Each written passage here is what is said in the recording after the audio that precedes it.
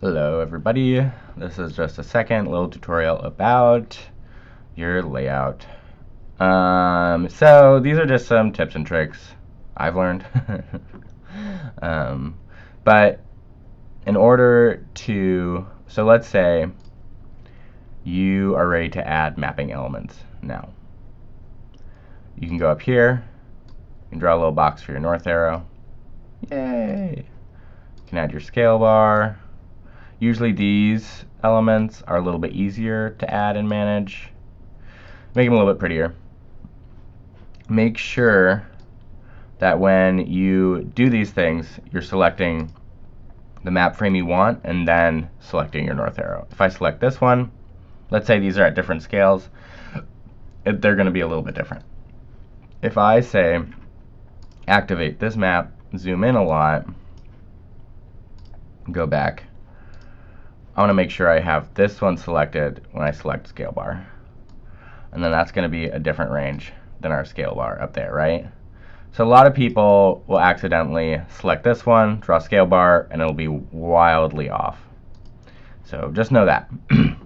But if let's say I want a legend for this one, this map up here, select it, I'm going to draw a legend right there.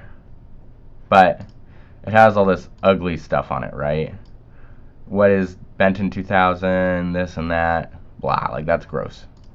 We don't really want that. In order to change legend settings, we can right click here, scroll down, go to properties, and then it's a little confusing.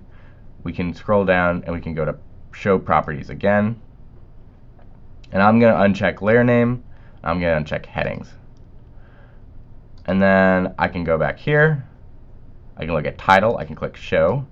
We don't want to call our legend legend, and we say normalized white population. This is not white population data, but it's just something I selected, right? Yeah, and so that's how you do some basic legend work. And let's say you don't really like the size of this, right? This is kind of tricky because if you try to resize it, it's just it can look a little bit ugly. Sometimes it works, sometimes it doesn't. Honestly, if it doesn't work, I suggest just deleting it and drawing a new legend and doing those steps over. But that's some basic mapping element tips. Oh yeah, one more thing I'll go over is if you're using straight text right here, this big A without a box around it, click here, like hello. Let's just say that. And then we can expand that, and this will automatically change in size, right? If you want to do that. If you want more stable text, click this rectangle around the A. That's called rectangle text, and this will create like a text box, like similar to PowerPoint. You can say hello. Let's say this is a map, and then you can go in here and you can bump that size up. And this will not go outside of the box, essentially. It won't, it'll give you these 3 little dots, meaning there's more stuff, but it will not go outside the box. Well, this can get a little bit carried away.